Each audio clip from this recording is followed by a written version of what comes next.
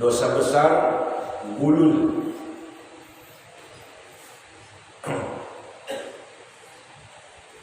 Gulul kata ulama itu artinya berkhianat terhadap harta orang muslim. Memakai harta itu, menggunakan harta itu, mengambil harta itu tanpa hak. Kata ulama berarti dia telah berkhianat kepada harta kaum muslimin. Ini gulul.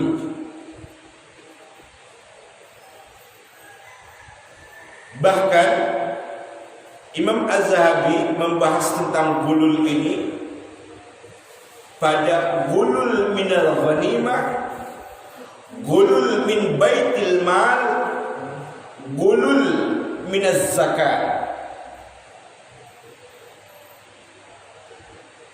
Pelaku gulul biasanya sering terjadi pada kepengurusan donasi infak, sedekah dan zakat.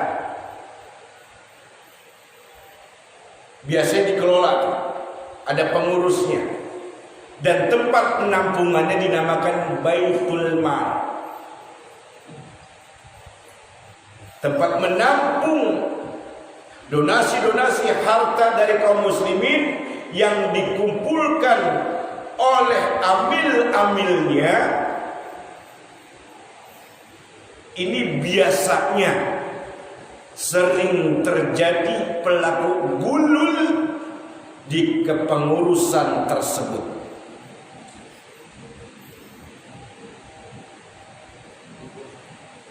Misal datang seseorang kepada lembaga itu, Ustaz, saya mau menginfakkan sebagian rezeki saya. Saya mau sedekahkan sebagian rezeki saya.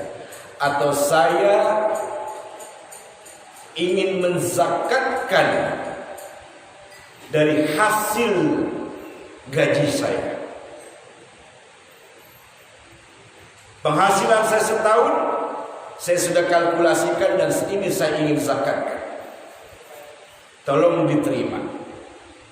Kan kalau penghasilan itu, zakat penghasilan jumlahnya besar, gak kecil, besar. Kebetulan di Baitul Mal itu lagi sedang tidak banyak orang, lagi gak banyak orang. Dia kasih uang itu, hamba Allah memberikan, ini uang. Dihitung. Misalkan dia menzakatkan penghasilannya 1 juta misalnya, atau dia menginfakkan atau dia mensedekahkan sebagian rezekinya senilai dengan 1 juta itu misalkan. Karena di Baitul Mal itu lagi sepi, gak ada orang yang nyatet dia, yang nerima dia. Ya. Kemudian dia kentit duitnya, dia ambil selembar duitnya, nggak gede, 100.000 misalnya, dia kantongin, mumpung orang kagak ada yang lihat.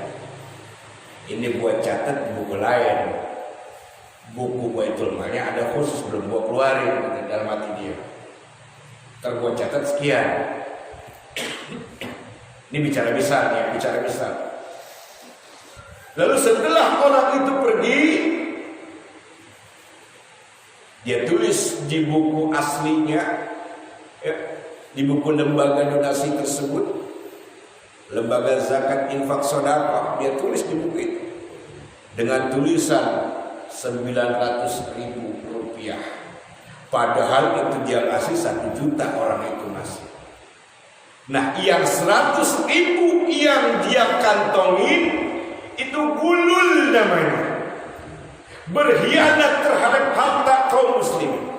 Gulul namanya.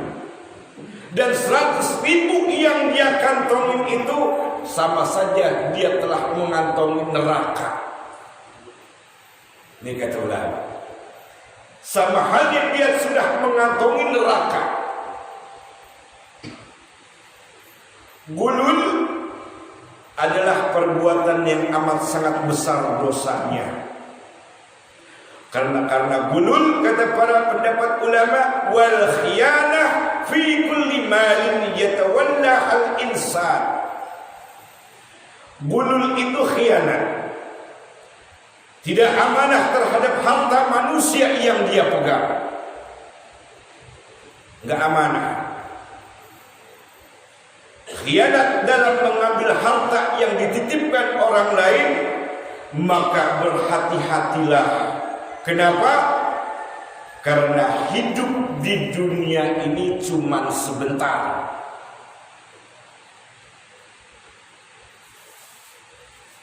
Korupsi termasuk gulul. Menerima suap. Kata Rasul, ar-rashi wal murtashi finnar. Yang menyogok dan yang disogok tempatnya neraka, tempat tinggal di neraka. Ar-rashi wal murtashi. Kemudian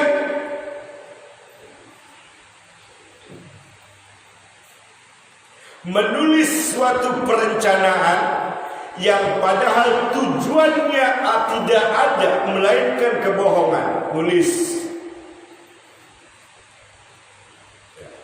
wah ini anggaran nggak dipakai-pakai, anggaran uang kas nggak dipakai-pakai, tulis padahal nggak ada perencanaan, dia tulis demi kebohongan supaya keluar duit itu, padahal yang dia pakai duit umat. Ini gulul namanya, berkhianat dia terhadap harta kaum muslimin.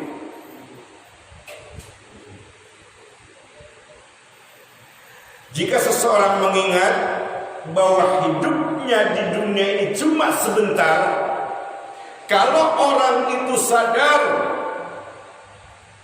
dirinya hidup nggak lama di atas muka bumi ini, melainkan sebentar, dan dia tahu balasan yang Allah Subhanahu wa ta'ala berikan nanti di akhirat begitu sangat-sangat mengerikan.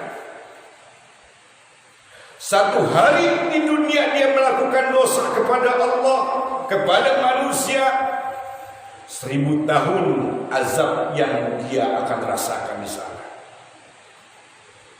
Satu hari dia melakukan dosa, 1000 tahun dia akan merasakan azab Allah di sana. Kalau dia tahu hidupnya nggak lama di dunia dan dia paham, mengerti bahwa azab Allah begitu amat sangat mengerikan nanti di yaumil akhir. Gulul, yang suka ngentit, ya, yang suka curang, maka harta kaum muslimin tanpa hak,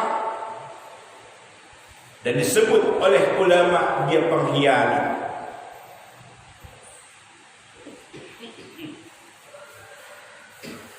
Kalau orang yang sungguh-sungguh dia takut kepada ancaman Allah, dia takut akan azab Allah yang begitu mengerikan dan begitu berat nanti, meskipun ada uang di depan matanya, kecil maupun besar, hatinya gak akan tergoyah untuk mengambilnya, karena dia takut kepada Allah Subhanahu wa ta'ala. Iya, orang gak melihat, iya, banyak manusia gak melihat, tapi dia gak sadar kalau Allah sedang menyaksikan dia. Dia malu kepada orang kalau ada orang yang melihat dia ngambil, tapi dia gak malu kepada Allah. Malu sama manusia kalau ketahuan ngambil, tapi dia gak malu sama Allah yang udah ngeliatin, nyaksiin. Innallaha khabirun bima ta'malun, kata Allah. Sesungguhnya Allah menyaksikan apa-apa yang kalian kerjakan.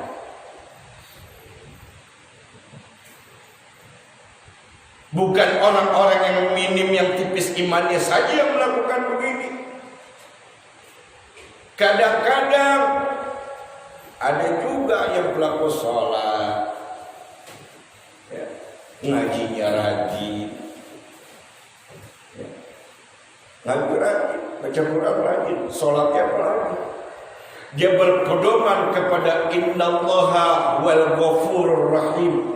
Sesungguhnya Allah Maha Pengampun lagi Maha Penyayang. Dia berpedoman pada itu, tapi dia lakukan maksiat, maksiat dan maksiat.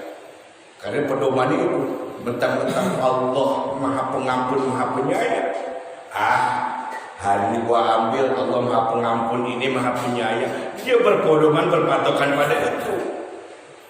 Padahal yang dimaksud ayat itu, ketika kita berhijrah dari kemaksiatan menuju amal saleh, justru ayat itu berlaku di situ. Yang tadinya kita hidup di jahiliyah, kemudian kita hidup menghamba kepada Allah dengan sungguh-sungguh, kita tobat dan nasuha, berlaku ayat itu. Innallaha ghafurur rahim. Sebenarnya Allah Maha Pengampun, Maha Penyayang. Itu berlaku. Jangan menganggap Allah mau CS. Salat tahajud gua rajin, gua sedekah rajin, salat berjamaah rajin. Allah mau CS, gua ngelakuin dosa sedikit gak bakal diampunin. Dia berpikir begitu. Jangan salah. Jangan salah.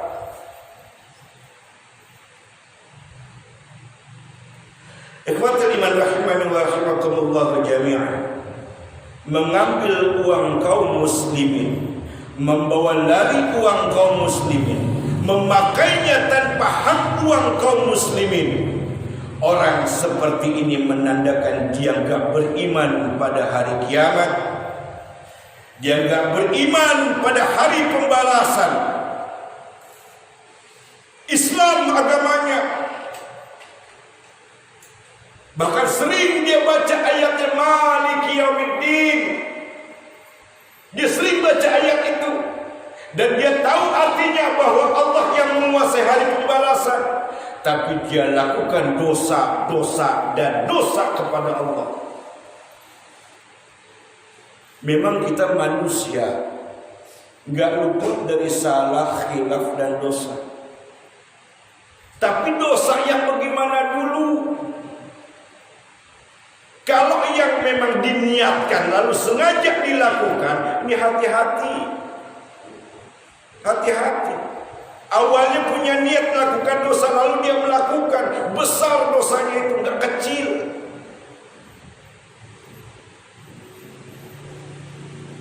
Dia sering baca ayat Maliki Yaumiddin.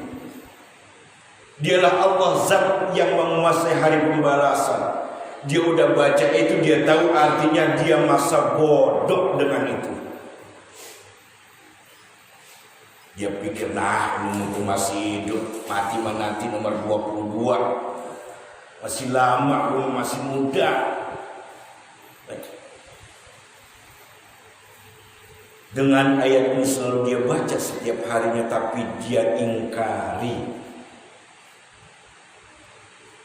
hari pembalasan, di mana Allah akan menanyakan segala sesuatu apa yang telah kita perbuat. Bahkan di situ ada catatan-catatan Allah yang Allah pegang yang akan diberikan kepada manusia.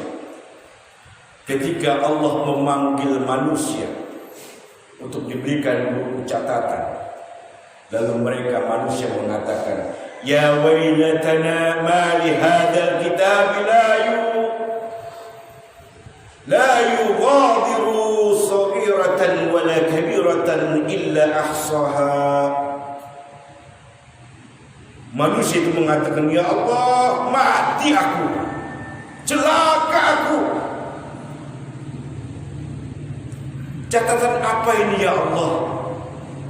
Catatan apa ini ya Allah? Kalau orang-orang pelaku dosa dikasih buku catatannya lewat sebelah kiri, lewat sebelah kirinya. Tapi kalau orang-orang soleh dikasih sama Allah dengan baik-baik, dari sebelah kanan.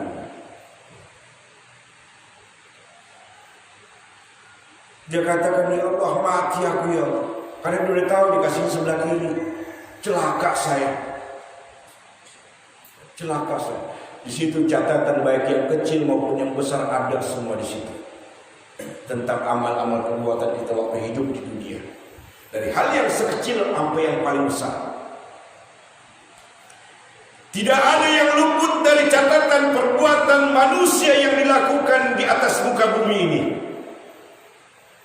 Bahkan bumi yang kita injak saat kita masih di dunia, kata Allah, yauma idzin tuhadditsu akhbaraha. Pada hari kiamat, bumi akan mengabarkan, bumi akan mengadu kepada Allah secara detail harinya, tanggalnya, jamnya, tahunnya, bulannya, apa yang terjadi dan dilakukan oleh manusia itu ketika di atas bumi. Bumi akan melapor pada Allah. Ya Allah, si fulan hari itu, jam segitu, tahun segitu, bulan itu, dia melakukan ini dan ini. Dia lapor kepada Allah. Di Quran, yauma idzin tuhadditsu akhbaraha. Ikhwatal iman rahimani wa rahimakumullah jami'an. Kita harus memahami tentang gulul. Jangan menyangka kita sudah aman dari perbuatan gulul. Jangan menyangka kita sudah merasa soleh di hadapan Allah. Jangan pernah merasa kita sudah merasa baik di hadapan manusia. Yang ternyata kita sudah memberikan kepada anak dan istri kita dengan harta yang haram. Dia tahu itu haram. Dia tahu itu haram, gak bagus. Karena dia gak punya duit, dan itu sebagai mata pencaharian dia kasih bininya buat masuk. Dimakan sama istri dan anak-anaknya harta itu. Maka kata Nabi, setiap daging yang tumbuh dari yang haram, fannaru aula bihi, maka tempat mereka pantas neraka. Setiap daging yang tumbuh dari yang haram, fannaru aula bihi, neraka tempat yang pantas buat mereka.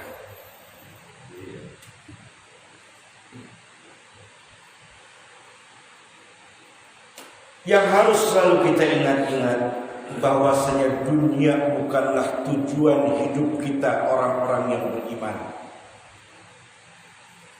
Harus selalu kita ingat, dunia bukan tujuan hidup orang-orang beriman. Yang menjadi tujuan hidup orang-orang beriman adalah hari akhir. Walal akhiratu khairum wa abqa. Kehidupan akhirat itu lebih baik dan lebih kekal. Udah tahu dia ayat ini, udah tahu dia artinya ini, bahwa kehidupan akhirat itu adalah lebih baik dan lebih kekal. Tapi Allah menyangkal, bal tu'thirunal hayatad dunya. Kalian tetap aja mengutamakan kehidupan dunia. Dia tahu kehidupan akhirat itu adalah kehidupan yang paling baik, yang lebih baik dan lebih kekal. Dia tahu itu. Ketika panggilan salat, Allahu Akbar, Allahu Akbar, masih tetap kerja, masih tetap nyari duit.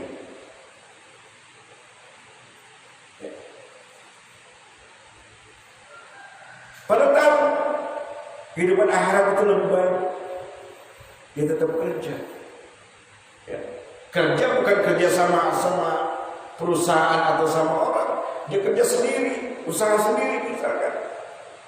Kalau kita kerja sendiri, punya usaha sendiri, kan kita yang bisa mengatur waktu. Beda dengan kita kerja dengan dibayar oleh bos, oleh perusahaan.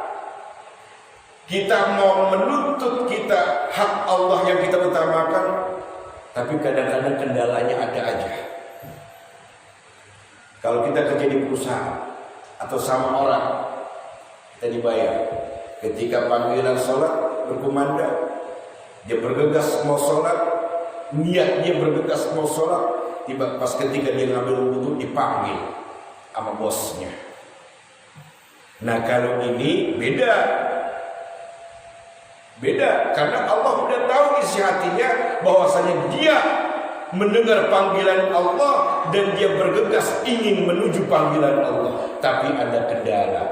Ini Allah sudah tahu bahwasanya dia nggak sengaja melakukan itu, menundanya. Tapi kalau kita usaha sendiri, kerja sendiri, waktu kita yang atur, ketika panggilan sholat, ntar dulu Ini kata Allah, bal tu'thirunal hayatad dunya.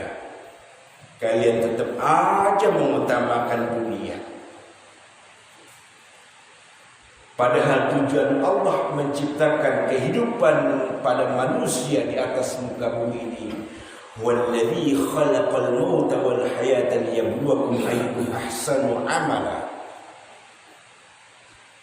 Allah ciptakan kematian, Allah ciptakan kehidupan pada manusia hanya untuk menguji manusia sebesar apa imannya, sebesar apa ketakwaannya kepada Allah. Allah pengen lihat siapa di antara hamba-hambaku yang paling baik amalnya. Pengen Allah lihat. Semua kehidupan dunia penuh dengan ujian. Tapi kalau kita menomorsatukan hak Allah, apapun yang kita hajatkan, apapun yang kita niatkan, Allah akan menomorsatukan itu pada kita. Karena berawal kita mendahulukan hak Allah. Tapi kalau Allah dinomorduakan, jangan harap hajat kita, hak kita untuk dipenuhi dengan cepat oleh Allah. Jangan harap. Karena kebiasaan manusia menomorsetiankan Allah. Nah, ikhwatul iman, kembali kepada guru. Nabi sallallahu alaihi wasallam bersabda, "Iyyakum wal ghulul." Waspada kalian terhadap gulul, kata Nabi sallallahu alaihi wasallam. Ini sudah diingatkan nama oleh Nabi. Fa innal ghulula khizyi fala sahibihi yaumil qiyamah. Karena sesungguhnya gulul itu merupakan kehinaan bagi pelakunya kelak di hari kiamat.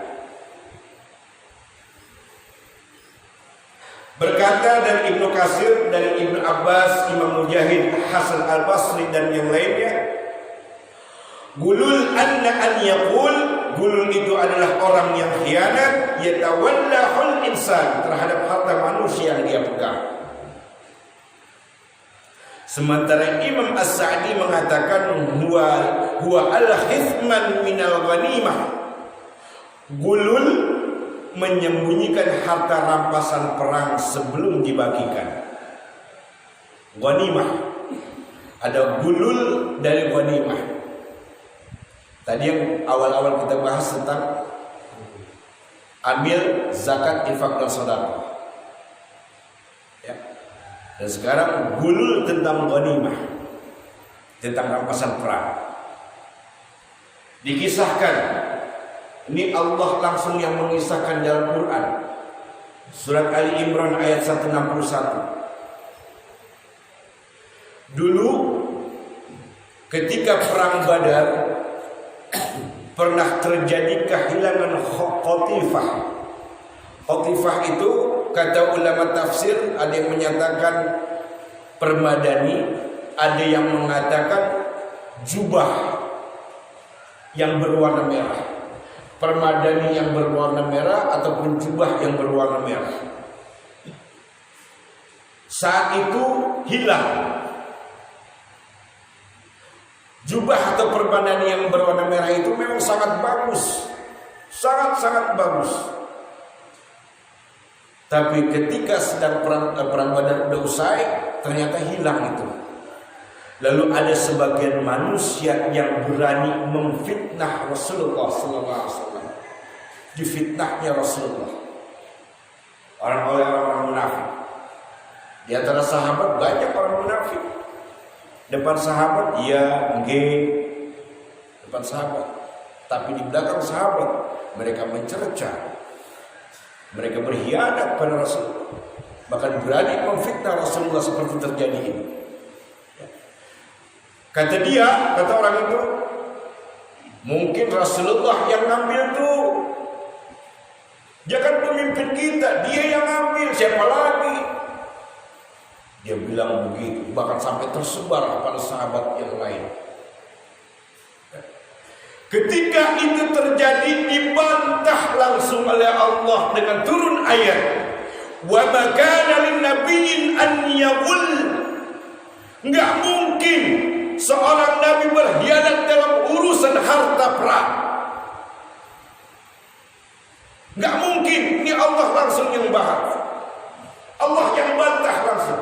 Ketika Rasulullah difitnah, Rasulullah tidak berucap apa-apa, tapi langsung Allah yang enggak suka melihat kekasihnya difitnah, melihat hamba yang dimuliakan yang difitnah. Kata Allah, enggak mungkin seorang nabi itu mencuri, enggak mungkin seorang nabi itu mengambil harta rampasan perang, enggak mungkin.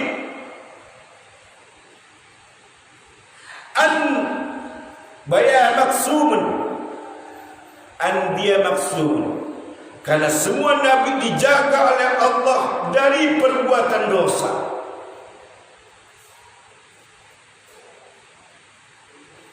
Dengan ayat ini berlaku bahwasanya mengambil harta rampasan perang tanpa hak dosa besar. Ini ayat. Wa man yadlul ya'ti bima ghalla yaumal qiyamah thumma tuwaffa kullu nafsin ma kasabat wa hum la yuzlamun. Barang siapa yang berkhianat dalam urusan rampasan harta perang, maka pada hari kiamat ia akan datang membawa apa yang digululkannya itu. Kemudian tiap-tiap diri akan diberi pembalasan tentang apa yang dia kerjakan dengan pembalasan yang setimpal. Sedangkan mereka tidak dizalimi oleh Allah.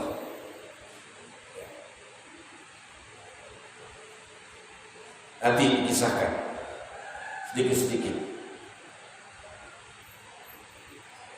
Ayat ini diturunkan oleh Allah. Yang pertama, Allah membantah kalau Rasulnya tak mungkin mencuri. Lalu diberi peringatan oleh Allah, barang siapa yang berkhianat dalam urusan harta rampasan perang, maka kelak di hari kiamat dia akan membawa harta yang dikhianatinya itu, yang diambilnya itu. Kemudian dia akan diberi pembalasan dengan balasan yang setimpal.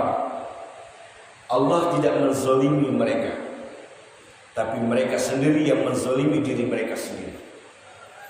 Udah diingatkan.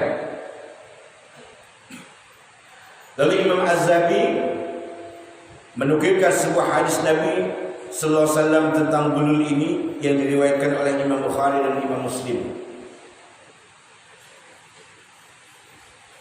Kisahnya Nabi sallallahu alaihi wasallam pernah mengangkat seseorang untuk menjadi amil zakat, amal sedekah, amil infak dari daerah Azbi yang bernama Ibnu Lutbiyah.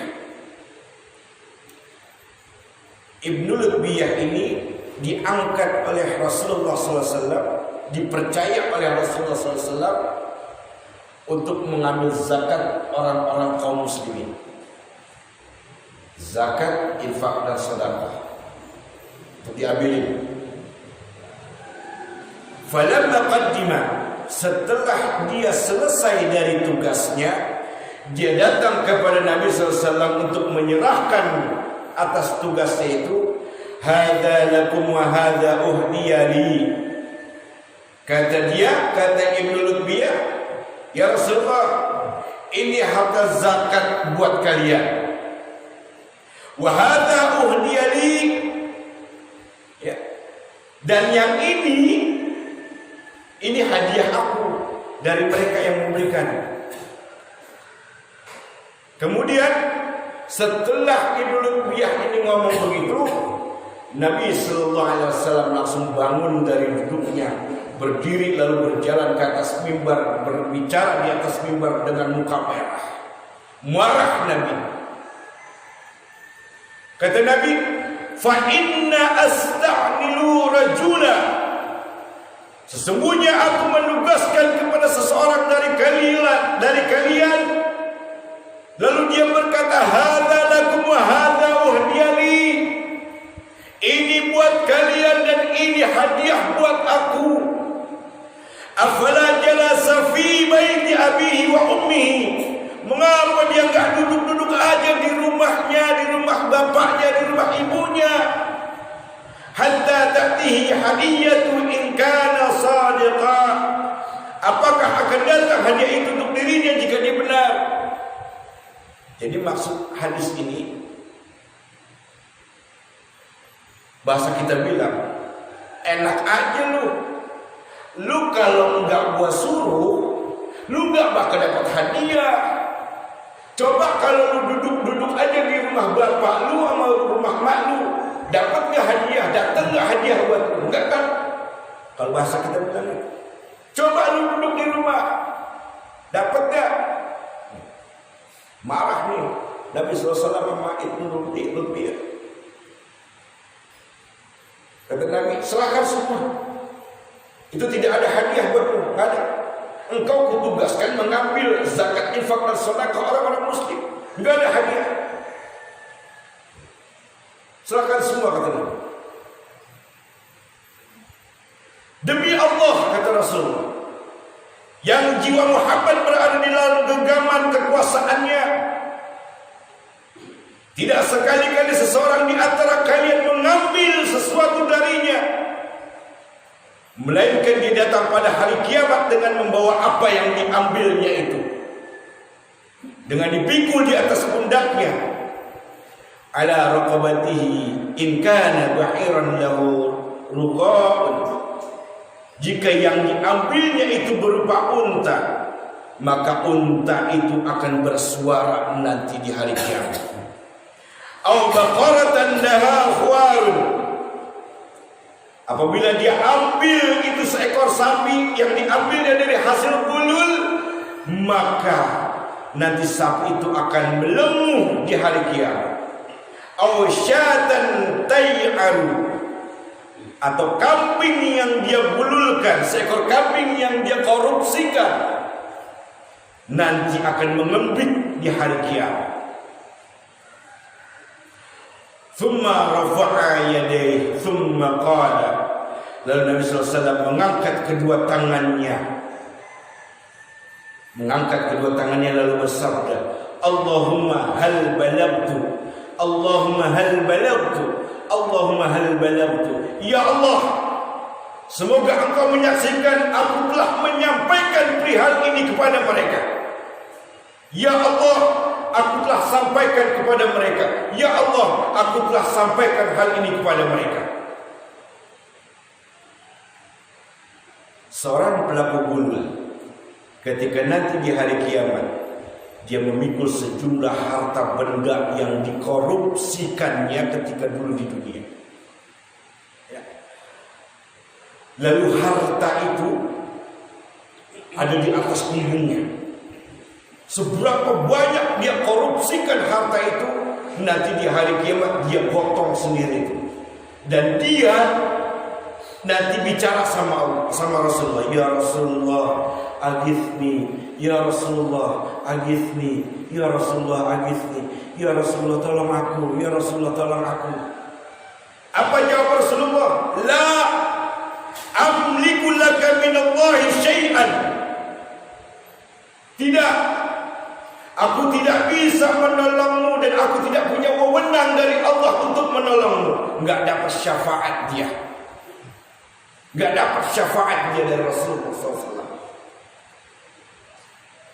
Karena bulul. Rasulullah sudah menyampaikan perihal ini ketika Rasulullah masih hidup. Sudah disampaikan. Makanya Rasulullah, ya Allah saksikan, aku telah menyampaikan pada mereka.